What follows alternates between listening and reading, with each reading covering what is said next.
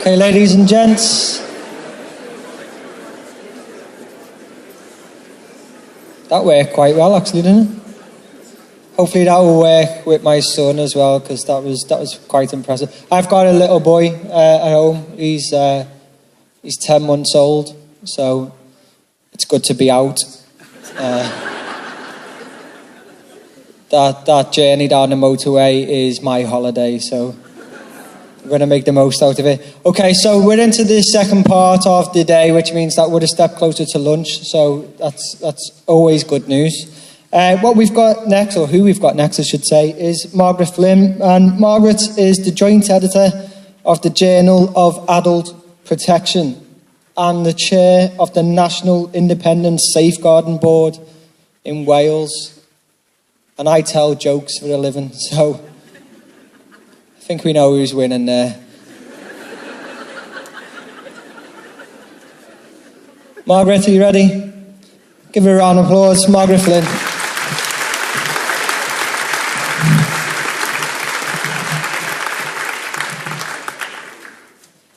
Thank you. And thank you for the invitation to speak to you today.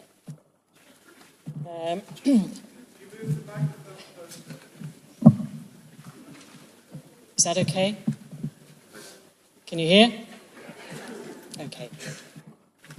You won't be surprised that this morning I'm going to consider a couple of scandals through the lens of safeguarding, taking account of Peter Edwards' concern, as expressed earlier, that is this a needless business? Very frequently, after some dreadful event, there is typically a politician or a senior member of a local authority or health board who stands up and says, "We'll learn the lessons." And if I want to see the whites of people's eyes, I talk about learning lessons. But I think there are some observations and constants to be abstracted from some very bleak events that have occurred over the last few years. And one of the things that I have learned in particular is that this is not a neutral subject. It's incredibly untidy, with uncertain boundaries. And yet we bring experience to this subject, perspectives and beliefs. And as we've heard from Sarah this morning, after every tragedy, I think loved ones are forced to take a long, hard look at everything. And that's the grieving and the aggrieved, the grieving and aggrieved. And very typically, theirs is an unusually unrewarding search for accountability. So, of safeguarding, it seemed to me that the stakes are incredibly high and visible, failure is visible, and complexity is the absolute rule. Now, I'm going to talk about two particular scandals. One that focuses on homes for people with dementia in southeast Wales that were investigated by Gwent Police under the title Operation Jasmine. And I'm also going to say something about Winterbourne View Hospital. And it's not just to compare and contrast, it's look at some of these constants about which individual professionals cannot take action. So, what do we know about a scandal? Well, the definitions hinge on an action or event regarded as morally or legally wrong and causing general public outrage. Some of the families whose relatives were in homes in southeast Wales said, if you harm an animal or if you kill an animal, you're likely to be prosecuted. Why is it that you can harm older people and even kill older people and there can be no consequence? The equivalent of Panorama in Wales, week in, week out, described the Operation Jasmine as Britain's biggest investigation into the neglect of the elderly in nursing homes. It collapsed in a dramatic fashion, leaving families with a host of unanswered questions. So there was a review, and it was commissioned by the First Minister, and the task was to learn for the future, which I thought was more helpful than learning the lessons, and to set out the key events. That's not just the chronology, but what happened. Did people use the complaints system? Were safeguarding practitioners involved? Tell us about that. And look to these agencies for assistance. That's the CPS, the police, and the equivalent of the CQC in Wales, the Care and Social Services Inspectorate, as well as the local authority and the HSE. We know that learning isn't comfortable territory. I think we want more than a simple explanation. And I think readers require more than my learning as an author of reviews. It does involve critical learning from individuals who receive services and from their families. And I include my own family in that.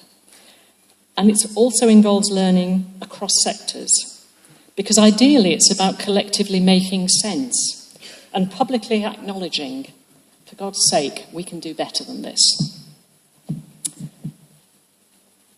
There are some important themes in this, and these homes in which people were so abominably harmed were owned by GPs, who were the directors of a series of companies. There was a long history of concerns, and of course there is public interest that's associated with the provision of care to older people, large numbers of. Staff were employed without training or supervision, and there were insufficient supplies of important things like food and like continence pads. So one of the chefs that I met, who worked in one of the Daz's homes, these are the doctor's Daz, recalled the day that the Daz's took over one home. And she said, I only had 1 crate of milk delivered. I was used to having 3 crates of milk for the numbers of people in the home. I rang the dairy, and the dairy said, oh no, you've got to manage with 1 now. The milk budget has been cut. Staff also recalled taking in toilet rolls from their own homes, because in looking after people some of whom were doubly incontinent, there were not enough toilet rolls in the home. And there was only 1 incontinence pad per day per person. It seemed to me that the apparatus of oversight was extensive, and yet it was obscurely unequal to exposing the horrific crimes that took place within these homes. The interventions were piecemeal, and the trial of one of the GPs had an ever-receding start date.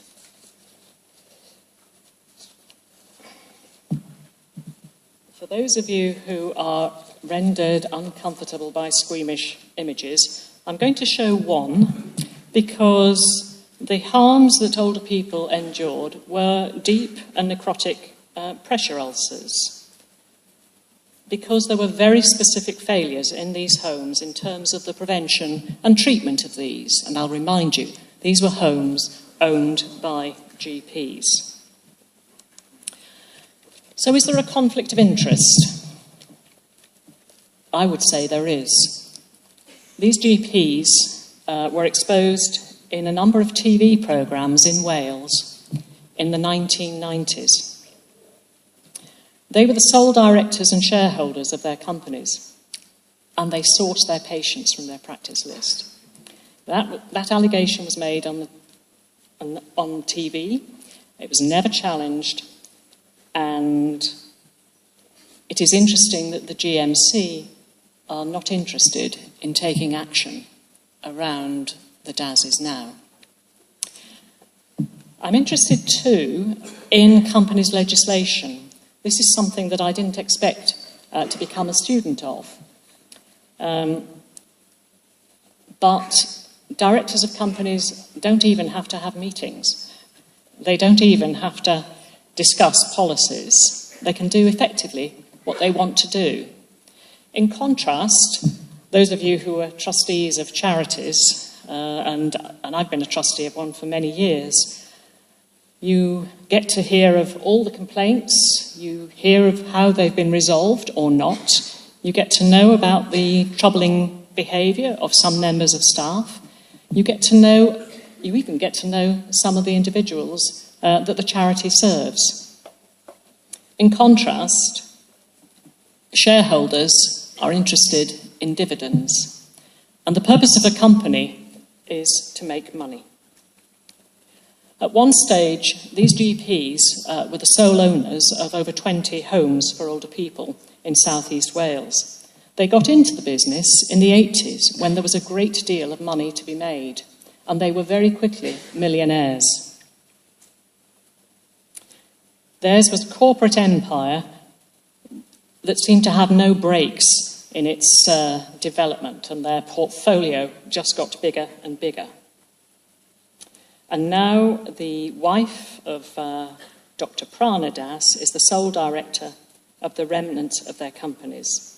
There are absolutely no obstacles to the growth of these homes, even though they've been exposed on the TV and on the radio as operating homes in which people were being harmed, where families were complaining about the inadequate provision, and there was a conspicuous and enormous distress of older people. Needless to say, the provisions of the Companies Act were not invoked.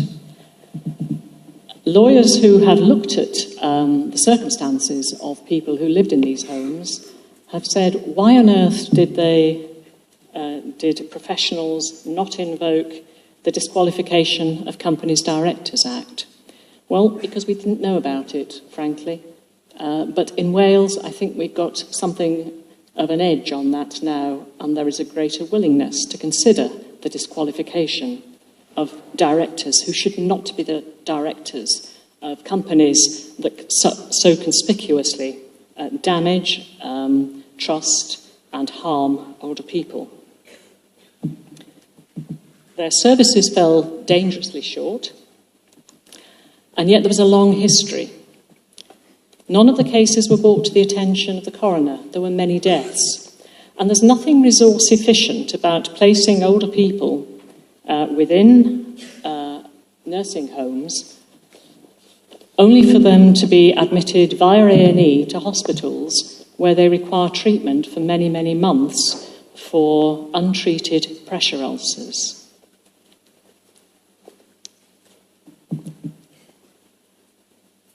There was no evidence of any effort on behalf of the two shareholders and owners to control the major risks that prevailed in their homes. And their service fell dangerously short, not addressing the very conspicuous penny pinching, the debts. Bailiffs arrived at their homes and took equipment away and labelled other equipment. Conspicuously, there was no pain control. I had seminars on pressure ulcers from the Welsh Wound Innovation Centre, a surgeon who does a lot of work around treating pressure ulcers. And he said these are hideously painful, irrespective of the size. These are hideously painful. Older people were described in unspeakable ways as very difficult, smelly, and necrotic ulcers are indeed very smelly. Challenging. Some of these people could barely move. Their wounds were so extensive. And yet there was no pain control. And the inspection reports from the NHS at the time were not available to the public. And remarkably, there have been no prosecutions. We know that the market doesn't work. If you are the sole provider of homes for older people, when you know there is an inspection, you can move people from one failing home to another. These practices were well known to local authorities and to the health boards at the time, and yet there was nothing that they could do. But clearly, there was no elevation of public purpose above the interests of egregious company directors.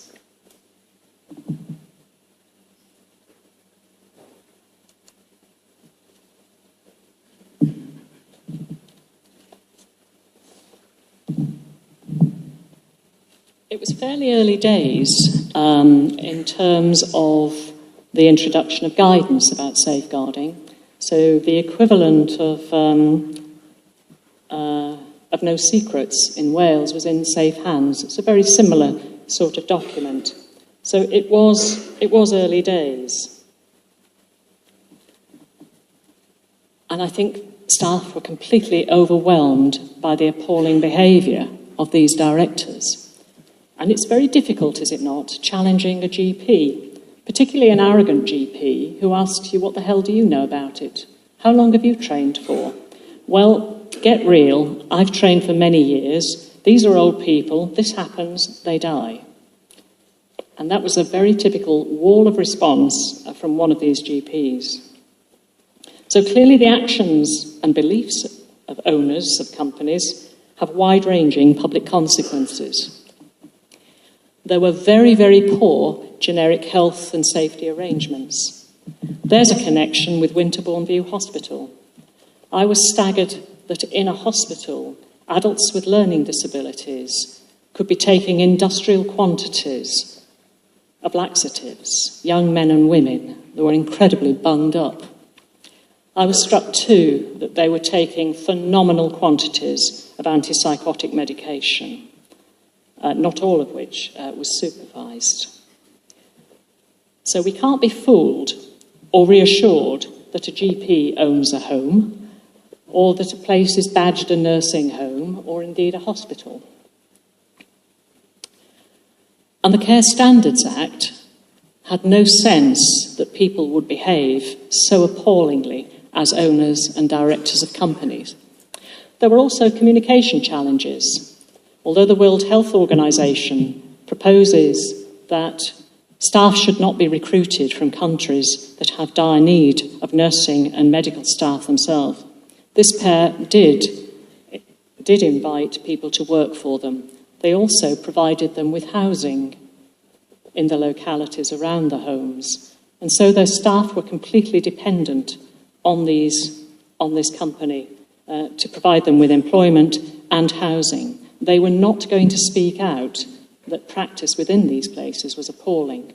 It does appear, too, that some of the people who were described as nurses, or even described themselves as nurses, were not qualified nurses. This was before the NMC became much more muscular in checking people's qualifications.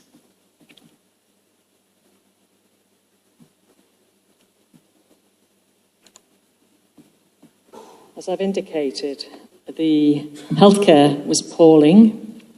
The basics of hydration and nutrition were not attended to. The nursing was a false promise.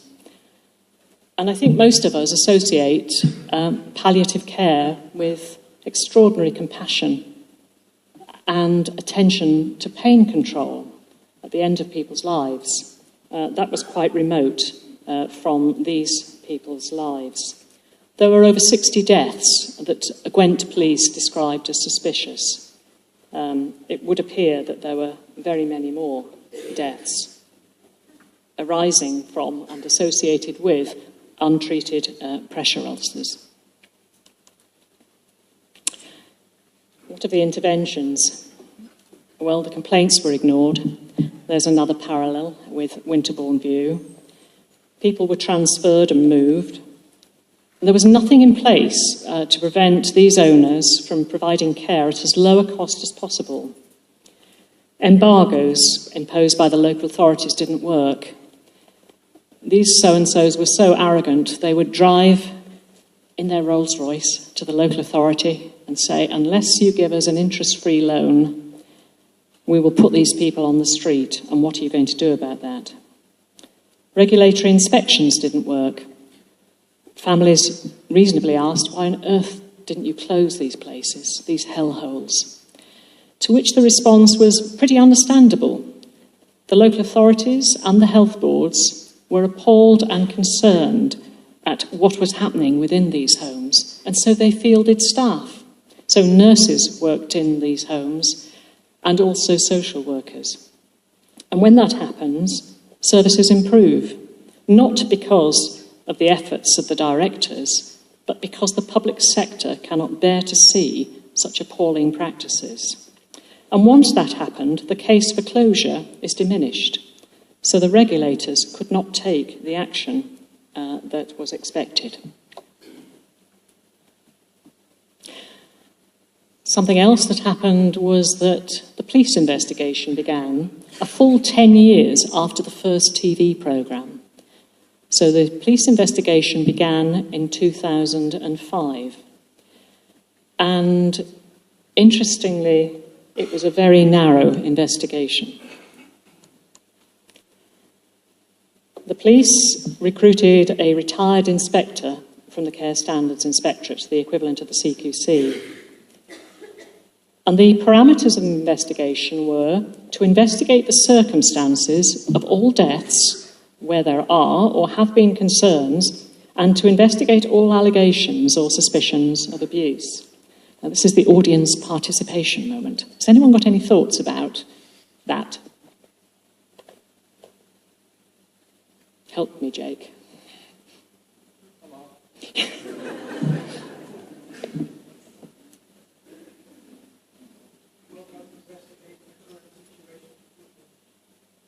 Didn't hear that. Right. It had no boundaries. They would be doing it yet if it had absolutely no boundaries. It is so open-ended that they became overwhelmed in no time at all. They recruited a retired inspector who, you could say, was somewhat out of touch with day-to-day practice. They should have gone to the head of the inspectorate and said, I want you with me. They should have gone to the directors of the social services that had been plagued by these GP owners over a number of years and said, we need to work together.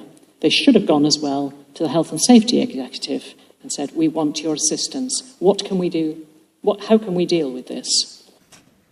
And they also had a separate investigation called Operation Vermont, which was focused on one home, which was just bizarre. And ultimately, that was absorbed into what became Operation Jasmine.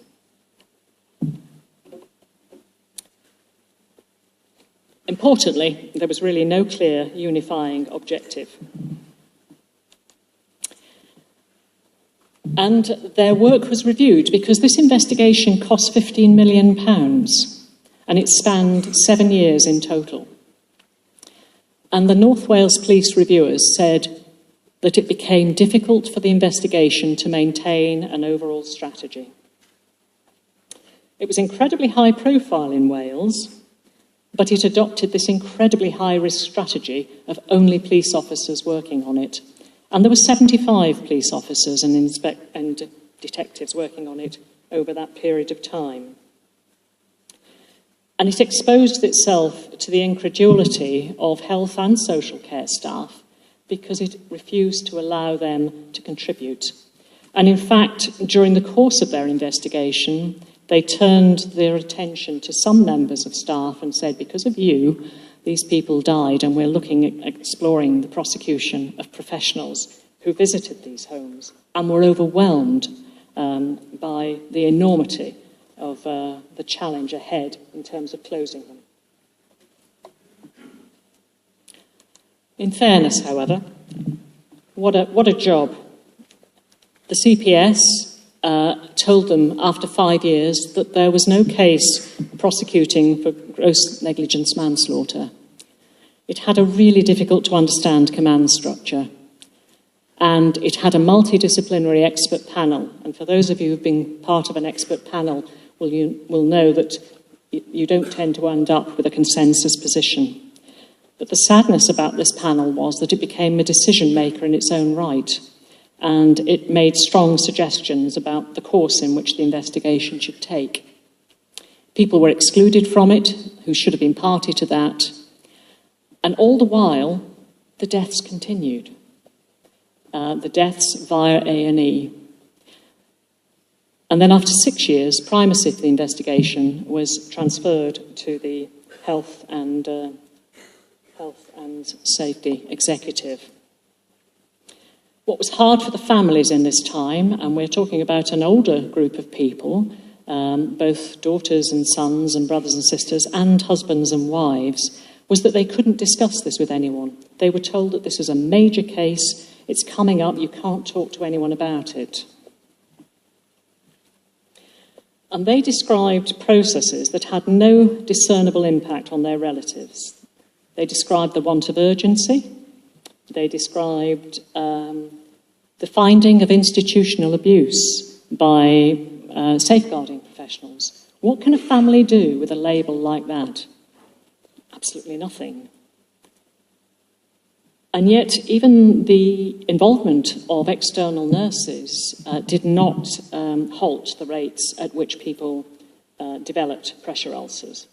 What the NHS did was they instigated, quote, a running schedule of concerns. Again, that did not halt these appalling harms. This, for me, freeze frames a very degraded perception of care. And this was care that's lost sight of its mandated purpose. And I recall particularly, and I watched this footage many times, a voice in the background, someone who was sitting in this room, which incidentally is a very small room. I was surprised when I visited Winterbourne View Hospital how tiny the room was. And you may be interested to know that the carer who was ultimately imprisoned for abuses was over 6 foot tall and 18 stone at the time. I couldn't think of anything worse than being in a tiny room with such a large man who was frightening and made people very fearful. And this voice in the background, barely heard, is, "Why are you fighting at us all?" Something that I didn't know when I was drafting this particular series case review was the funding. I didn't know anything about the funding because Castlebeck, not surprisingly, would not share any information. I'm going to read this out because it is very significant. The company that owns Winterbourne View, Castlebeck, is itself part of a group called CB Care Limited, which is itself owned via Jersey by Swiss-based private equity group Lydian, backed by a group of Irish billionaires. The process of private is that all the money gets whipped out by the bankers, and you can read the rest. It's an astonishing system. And for those of us who were trained in health and social care professions might recall the pyramid, a director at the top, someone who's ultimately accountable, and the workers at the bottom and even underneath them, the poor service users. But here we've got some forensic accountancy published by Private Eye that was not available to the review. Castlebeck did not want to assist with the review. And we know a great deal now, I think, about the self-interested unwillingness of businesses to engage with public interest. There is an incredibly poor stewardship of public resources and staggeringly poor oversight. There were people at Winterbourne View Hospital whose weekly fee was over £10,000. Winterbourne View and Castlebeck boasted in their publicity that they took the most dangerous, the most challenging, the most difficult people and held on to them for years and years. And when they determined that people had indeed become less aggressive or become so terrified that they were more pliable, they then said, we've got a step-down facility. It's cheaper, but it's ours as well. So people were locked into into their system of care. Families recalled that there was never any money to do anything. And although initially they'd been delighted that the NHS was prepared to invest, and that's one of the phrases that parents used, to invest in our son, our daughter, they were concerned that there was no money to do ordinary things, going swimming, go and see a film. And they were asked to pay out something like £10, £20 a week to enable people to do ordinary activities, nothing special, ordinary activities. I fear that we do lots of things that we have absolutely no faith in. So 5 years on, the number of adults referred to these units stubbornly refuses to reduce. There's a transformation programme. It's cost millions. It's had 4 directors. And yet these kinds of programmes are known to fail 2/3 of the time. And yes, of course, sustained austerity is impacting on families. I do not understand full body restraint. I've never understood it, particularly when people are locked up.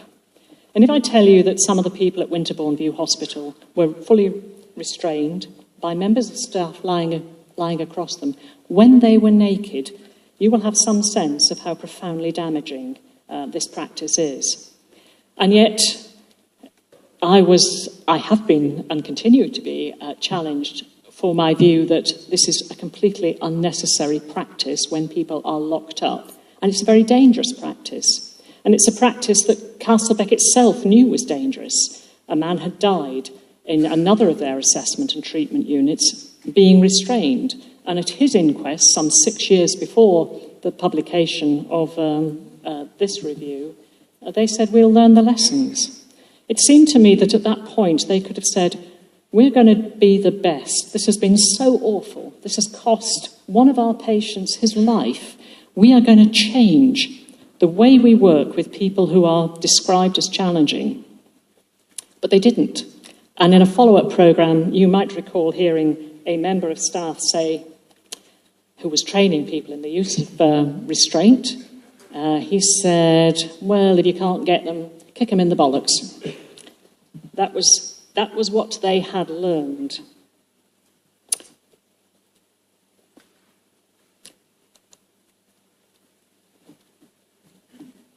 In contrast, the First Minister of Wales talked about learning for the future. He talked about public service values, protecting social care budgets, and taking from this tragedy a renewed dedication to the best for our communities.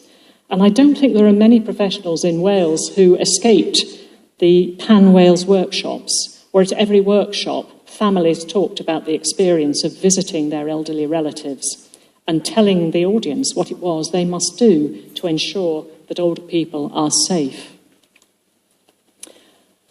Also, the implications are reflected in new legislation, and the Minister for Health and Social Services at the time required responses from regional boards, which were posted on the Welsh Government website. I think they're still there. And I think of the lessons that I particularly want to draw to your attention, it's scandals fix nothing permanently. And we certainly can't rely on the conscience of homeowners to deliver valued care. And really, as Sarah pointed out earlier, grouping people together in particular places without sufficient staff who are inadequately managed, trained and supervised is assumed without any evidence whatsoever to be acceptable practice. And the public sector should not underwrite companies which have produced considerable rewards for the few at the expense of the many. The Dazzies are millionaires now. They have made a great deal of money out of harming very many older people. And here we have a very familiar story of privatising profits and socialising the losses because the NHS and the local authorities had to pick up the consequences. And you won't be surprised that private interest pursued at the expense of others has a very long history. And we have to start engaging with this. Safeguarding cannot address this any more than we can as individuals and professionals. And I'll stop ranting now. Thank you.